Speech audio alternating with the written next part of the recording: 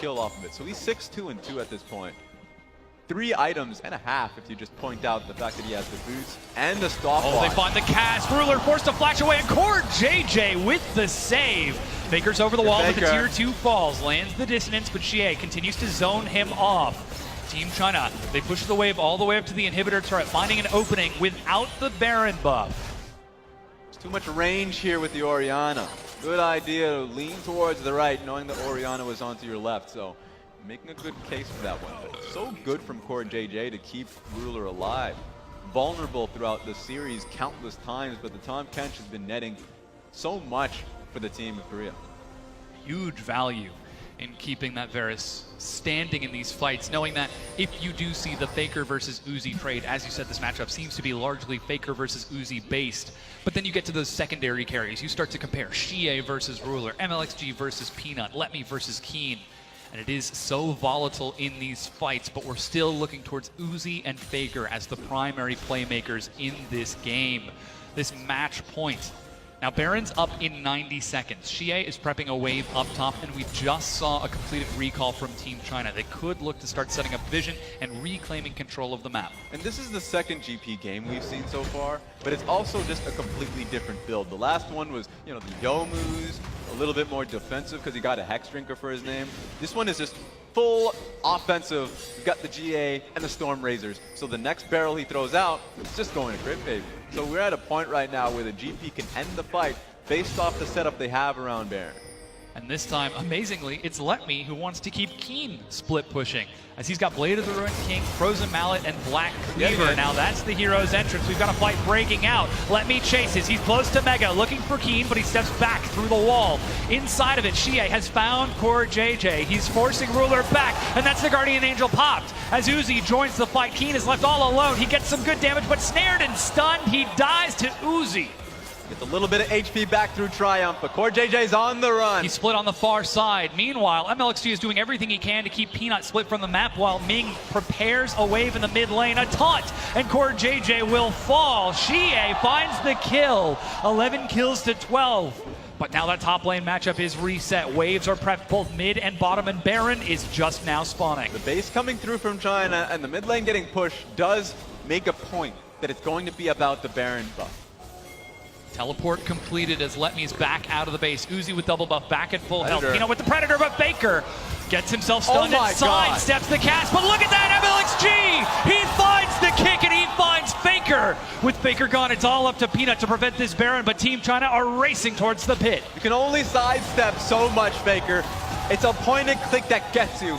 Now they're on Baron and there's nothing here to stop Team China. Team Korea back up to their base, 12 kills to 12, 31 minutes in, match point, and Team China have the Baron. Kills are even, but the situation is completely tilted towards China. And they have great split push with the Nard too, so he's gonna say Jayo, he's gonna move towards the bottom side of the map. Oh yeah. And listen to the energy in this arena, it is electric. As Team China are looking to close this game out. Dragons up in 30 seconds. You can see they're making their way over to the pit to deny Team Korea from getting that 4th elemental dragon, or perhaps even just setting up their side waves to try and look for a 1-3-1, because now Team Korea are forced to be defensive. Now they're the team that are forced to sit on the high ground and absorb Team China's pressure. And this is when you start taking stock of timers. Guardian Angel down from GP is something you should look towards, because it was easier diving him last time. It's going to be so much easier now if you just group on towards this massive wave piling in towards the bottom lane. Uzi brings the wave forward. MLXG zoning off, trying to keep this ward vision denied. Abyssal Voyage as Faker is forced to back away. Xie and Let Me pushing this wave in with everything they've got, but that leaves bottom undefended. Yeah, 3 members top lane, and Galio can easily help out there. Here we go, that's an inhibitor down for free. And they're still continuing to push. MLXG clears out a wave alongside Let Me to prep it forward. Ming is defending Uzi as he brings him towards the middle inhibitor turret, but Team Korea, they're trying to set up top. Ming steps up, still holding on to the cask. This is where they have to draw the line. The Baron up, bottom lane. Massive minions are actually moving towards the bottom lane, so it's all gonna happen mid. Peanut's acting as a human wall to soak this damage onto the turret, but Uzi avoids it completely, walks under turret to push in. The Vamp Scepter more than happy to pay off in that sustain, but now they still need to defend. This is big. the bottom lane wave is actually fairly slow. It's slow pushing now, so they can actually time it well with this mid lane push. Someone's going to have to deal with the bottom lane minion creeps, but if they do, that inhibitor mid lane's going down. MLXG preps the wave. Xie takes a hit as Uzi brings the wave forward. Caught by the chains of corruption, but a cleanse gets him out. That's a big ultimate now gone. Uzi still looking for some hits, but no chase from Team Korea. Uzi, he has no flash, he has no heal. That's the Predator. They're racing towards the top lane as Letme is running for his life, but instead Peanut just walks up to clear the wave. That's 2 big cooldowns now missing. Korea so far is doing a good enough job holding the game firm, but it's always just that one play that you have to watch out for. Slowly but surely, the mid-tier 1 is falling. Xie preps the wave. He gets good damage onto Faker, but with Baron buff on the super minions, MLXG bringing wave after wave. They're able to chunk it down, hit after hit. Uzi's at very low health right now, needs to heal up off of this wave if they want to continue to siege, because the Baron buff is going to fade off within the next 30 seconds. Yeah, he has the lifesteal, he should be fine. My worry is towards Peanut to actually have to go back to base. He found a good window now, but he's back on the map. Next wave's about to pile in. This could be Uzi kills Faker in the mid lane. They dive, and Team China are trying to end the series right here. That's a massive damage source missing. The inhibitor goes down. Baron is about to wear off, but they've still got super minions. 5 versus 4. Can Korea hold their ground? This ain't gonna cut it. That was a massive pickoff towards Faker. This game's gonna end here. Uzi still stepping up onto the Nexus turrets. The first one falls as the minion wave is cleared. He's not backing down. He wants the golden year as he's trying to step up to this final Nexus turret. The Baron wears off and they have to back away. This series is not over yet. Surprising. Xie took a lot of damage on that run. So even though Uzi could have waited for the next wave, healed up, would have went for the decisive blow. They called it too risky. Too much poke coming through from the GP. And you could just hear the sigh of relief from the audience. This game is so close to being over, but it's not done just yet. I am super thankful the game didn't end there. I just wanted to see the replay of how that decisive pick was made. Well, now you get your wish, Raz. As in the top side, Follow Faker's Faker. at half health. Ming Unreal. over the wall. Ming getting the crucial pick with that cask toss. And with Faker's wave clear gone, it's down to a single inhibitor turret and a single Nexus turret already chunked to below half health.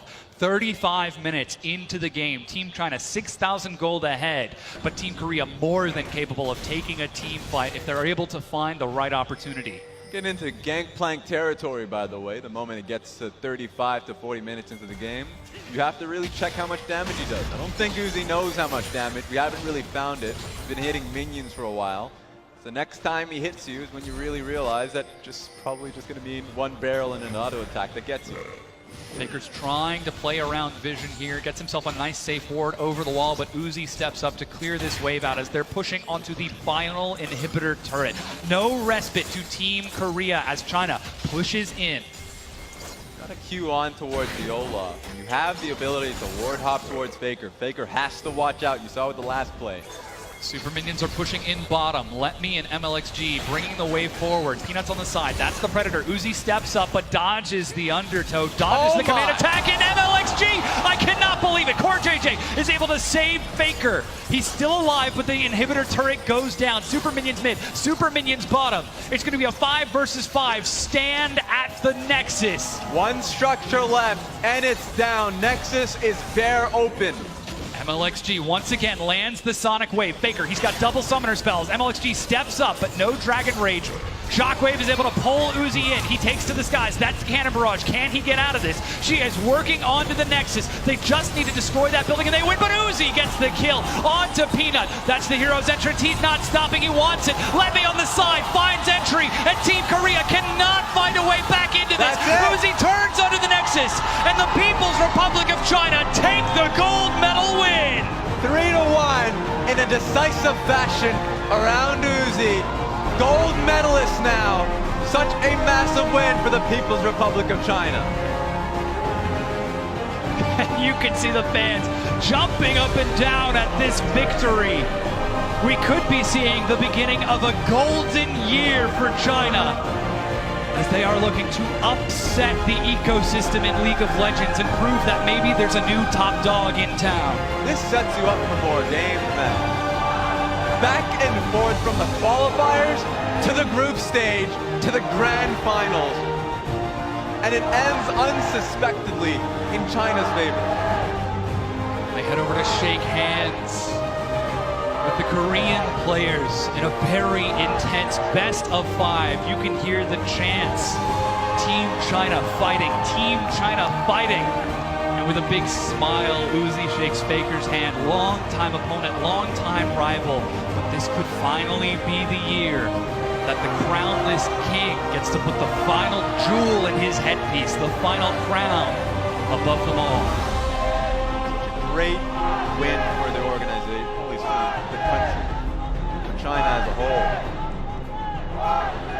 Big hugs all around from Coach Aaron as Team China make their way back on stage after this victory. Even Mako, the sub-support, stepping in. He appeared during the group stages to help the team take a handful of wins, but it was Ming and Uzi who close out the series. MLXG, who risks everything with a Lee Sin match point, goes down in the laning phase, but comes up clutch with the Dragon's Rage onto Faker. Of course, with the victors come the defeats. Looking towards Faker in what was an exceptional series for him. A great tournament for him. The last time we'll get to see him in the year, and it's always fun to get to see incredible talent.